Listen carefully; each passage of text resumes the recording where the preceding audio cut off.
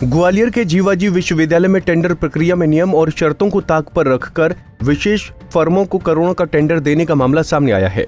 University प्रशासन पर अपने चहेतों को टेंडर देने की कोशिश के आरोप लगे हैं। विश्वविद्यालय प्रशासन के इस रवैये पर सवाल उठने लगे हैं। करीब 5 करोड़ रुपए के कंप्यूटर खरीद के लिए टेंडरकर्ताओं को सिर्फ 6 दिन का समय दिया गया है और शर्तें भी फर्म के हिसाब से तय की गई हैं। जीवाजी यूनिवर्सिटी के द्वारा ऑनलाइन एग्जामिनेशन सेंटर के लिए निकाला गया जो टेंडर है वो स्पष्टतः एक तरफा दिखाई दे रहा है। न केवल उसमें 9th जनरेशन के डेस्कटॉप्स को अलाउ किया गया है, जबकि इस समय मार्केट में 10th जनरेशन के डेस्कटॉप भी अवेलेबल हैं। और दूसरी ओर इसमें प्रोसेसर लेवल पर भी मोनोपोली रखी गई है और सिर्फ इंटेल के प्रोसेसर को अलाउ किया गया है। और यदि हम देखें तो टेंडर में HP, डेल और आसूस का नाम मेंशन किया गया है as allowed OEM, but certifications के आधार पर उबंटू सर्टिफिकेशन मांगा गया है। इस तरह से HP को एक तरह से बाहर किया गया है, जबकि उबंटू सर्टिफिकेशन की आवश्यकता ऑनलाइन एग्जामिनेशन सेंटर्स के लिए बिल्कुल भी नहीं होती है। और इस तरह से ये एक मोनोपोली सिचुएशन क्रिएट हो रही है। और जो जानकारी में आया है कि इंदौर के एक पर्टिकुलर वेंडर को सपोर्ट करने के लिए टेंडर निकाला गया है, तो हमारा यूनिवर्सिटी से आग्रह है कि इस टेंडर को निरस्त किया जाए और नए स्पेसिफिकेशन जो कि न्यूट्रल हों और फेयर कंपटीशन मिल सके, इस प्रकार के स्पेसिफिकेशन के साथ नया टेंडर जारी किया जाए। सवाल उठ रहा है कि 5 करोड़ रुपए से अधिक के टेंडर के लिए सिर्फ चुनिंदा फर्में ही क्यों आ रही हैं? विशेष बात यह भी है कि टेंडर में सिर्फ एक खास प्रोसेसर ही जरूरी किया गया है, जबकि दूसरी भी कई कंपनियां इस क्षेत्र में हैं। आरोप है कि टेंडर प्रक्रिया से बाहर करने के लिए ओपन टू सर्टिफिकेशन की भी मांग की गई है। इस अनियमितता की शिकायत दूसरे टेंडरकर्ताओं और कार्य परिषद सदस्यों ने राजभवन से भी की है। कार्य परिषद सदस्य के मुताबिक जानबूझकर टेंडर के लिए ऐसे नियम बनाए गए हैं ताकि सिर्फ चहेतों को ही काम मिले। यही नहीं, आरोप ये भी है कि एक खास डिस्ट्रीब्यूटर अपना पुराना माल विश्वविद्यालय को बेचकर मुनाफा कमाना चाहता है।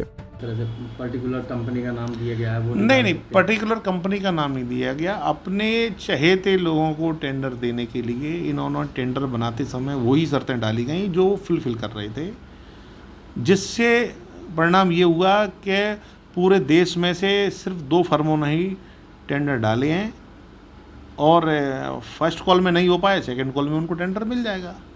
तो साफ साफ इसमें प्रतीत हो रहा है कि इसमें कहीं गोलमाल है और माननीय गवर्नर साहब को हम लिख चुके हैं और अब मैं जाके फिर उनको एक बार और बताऊंगा कि साहब यहाँ गलत हो रहा है। और पुराने सॉफ्टवेयर यूज़ कर रहे हैं, किसी वेंडर पे पुराना माल रुका हुआ है, वो इसको यहाँ खपाना चाह रहे हैं, ये इनकी मानसिकता है।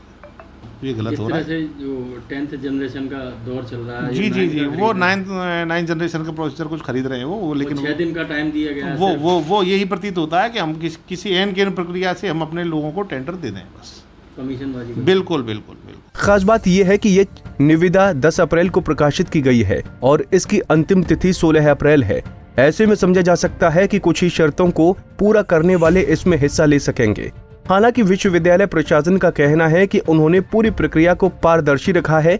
ओपन टेंडर प्रक्रिया में कोई भी हिस्सा ले सकता है और आरोप बेबुनियाद ही लगाए जा रहे हैं। तो उसमें नियम शर्तों का उल्लंघन किया जा रहा है, इस तरह के आरोप। कंप्यूटर एक्चुअली विश्वविद्यालय में एक बड़े कंप्यूटर सेंटर की आवश्यकता है, उसके लिए कंप्यूटर क्रय किए जाने हैं और विधिवत उनके टेंडर्स हुए हैं। और मैं नहीं समझता कि इसमें किसी तरह की कोई गड़बड़ है, क्योंकि ओपन टेंडर होते हैं, सभी को उन टेंडर्स में पार्टिसिपेट करने का अधिकार होता है और एक अच्छा कंप्यूटर लैब विश्वविद्यालय में बने, इस सोच के साथ विश्वविद्यालय कंप्यूटर्स को क्रय कर रहा है। जो 10th जनरेशन आ गई है, 9th जनरेशन अपन ले रहे हैं, पर्टिकुलर कंपनी और पर्टिकुलर डिस्ट्रीब्यूटर को तवज्जो दी जा रही है, ऐसा आरोप है। नहीं, पर्टिकुलर डिस्ट्रीब्यूटर को तवज्जो नहीं दी जा सकती, वो तो ओपन टेंडर है, कोई भी डिस्ट्रीब्यूटर उसमें जो है ना पार्टिसिपेट कर सकता है। आपको बता दें कि जीवाजी विश्वविद्यालय को ऑनलाइन परीक्षा के लिए कंप्यूटर सेंटर का निर्माण करना है, जिसके लिए कंप्यूटर क्रय टेंडर निकाला गया है, लेकिन अपनी चहेती फर्मों को टेंडर देने के लिए सिलेक्टेड शर्तें जोड़ने के आरोप हैं। फिलहाल विषय जांच का है। ग्वालियर से पंजाब केसरी के लिए अंकुर जैन की रिपोर्ट।